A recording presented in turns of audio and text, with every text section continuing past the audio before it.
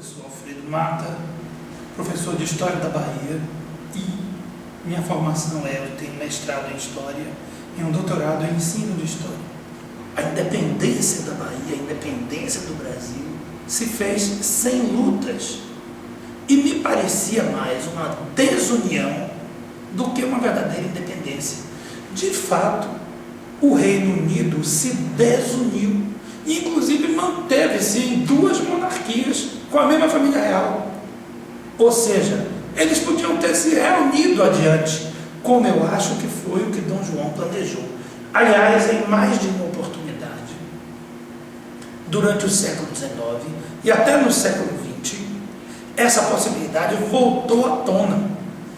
E em mais de uma vez, portugueses estavam aceitando que o Rio de Janeiro fosse a capital, né? Então, é preciso entender a independência do Brasil geopoliticamente numa história mais ampla. Um elemento que eu acho importante a se considerar, já que o Brasil não tinha nenhuma tradição de unidade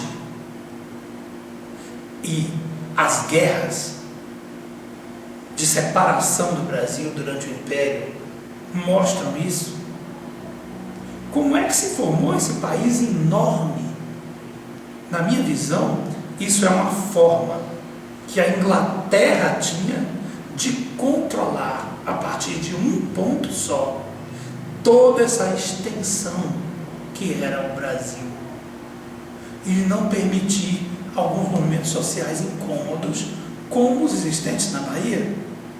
A Conjuração dos Alfaiates, antes da independência, a própria independência da Bahia, a Sabinada, a Revolta dos Malês, foram movimentos que, além da independência, preconizavam um nível de liberdade incômodo e estavam perigosamente próximos de princípios de organização social e de produção social que derivavam do que havia estabelecido a Revolução Francesa e a Revolução Americana. Portanto, a nossa independência, a independência do Brasil, a independência da Bahia, precisa ter ao menos uma desconfiança de quem a estuda sobre quais as verdadeiras relações que estavam envolvidas, que estavam engajadas. O movimento da independência foi bastante intenso. É preciso que se diga que, logo antes da independência, a Bahia tinha apoiado o movimento português, o movimento constitucionalista do Porto. Movimento constitucionalista do Porto. Esse movimento era contra o absolutismo do poder do imperador. E a Bahia era contra o absolutismo. Na verdade, a Bahia, desde a Revolução dos Alfaiates, a Conjuração dos Alfaiates, tinha uma tradição libertária muito forte. Pois bem, a Bahia apoia o movimento vence. E os deputados baianos que vão para Lisboa representando a Bahia, já que era um Reino Unido, não havia diferença, eram mandados de volta, foram mandados de volta. Entre eles há um importante, Cipriano Barata, que era o líder da época. Então, estava evidenciado que Portugal não queria iguais, queria dominar. Parece que esse foi o estupim de um certo descontentamento. E olha que nesse momento ninguém falava de independência. A palavra independência surgiu em muito pouco tempo, tipo assim, 6 meses de evolução. Pessoas que não falavam começaram a falar. Porque tudo que se queria era que se organizasse de forma diferente o Estado português, ou o Estado imperial do Reino Unido. Mas não era isso que os novos governantes queriam. Veio para a Bahia, isso era 1821, um comandante português de grande fama, Madeira de Melo. E ele veio para colocar a Bahia em ordem. E, pondo a Bahia em ordem, colocaria todo o Brasil em ordem. Pois muito bem, a bala saiu pela culatra. Porque Madeira de Melo, usando punho firme e toda a força de um exército poderoso, o que ele fez foi tornar os batalhões brasileiros revoltados, inclusive batalhões negros e mulatos, que se aquartelaram no Forte de São Pedro, que ainda pode ser visto ali em Salvador. Pois bem, viram-se cercados os brasileiros e na necessidade de se render, porque não poderia existir esse tipo de igualdade, esse tipo de proposta que os brasileiros propunham. Os brasileiros conseguiram fugir do cerco, furar o cerco numa madrugada, arrodearam a Baía de Todos os Santos, distante da costa, para não serem vítimas da perseguição das tropas portuguesas, e se reuniram próximo à cidade de Cachoeira, Maragogipe, que foi de fato a primeira cidade capital da Bahia independente. Cachoeira já foi capital da Bahia por conta disso. Deste lugar, os brasileiros organizaram a resistência e a guerra contra os portugueses, que era uma guerra por uma modificação social. Não era uma guerra por uma independência, um papel, afinal de contas, assinado, estou livre ou não. Era uma luta por uma nova sociedade. Na verdade, era menos importante se era para ser independente ou não, do que esta nova sociedade. No meio desse movimento, o Rio de Janeiro, São Paulo, Dom Pedro I proclamam a independência do Brasil. Eu não acredito que não tenha influência, porque ele sabia o que acontecia na Bahia. E ele designou um comandante para vir à Bahia. Quando Pedro I mandou para cá o general Labatu para combater Madeira de Melo, ele na verdade submeteu os baianos.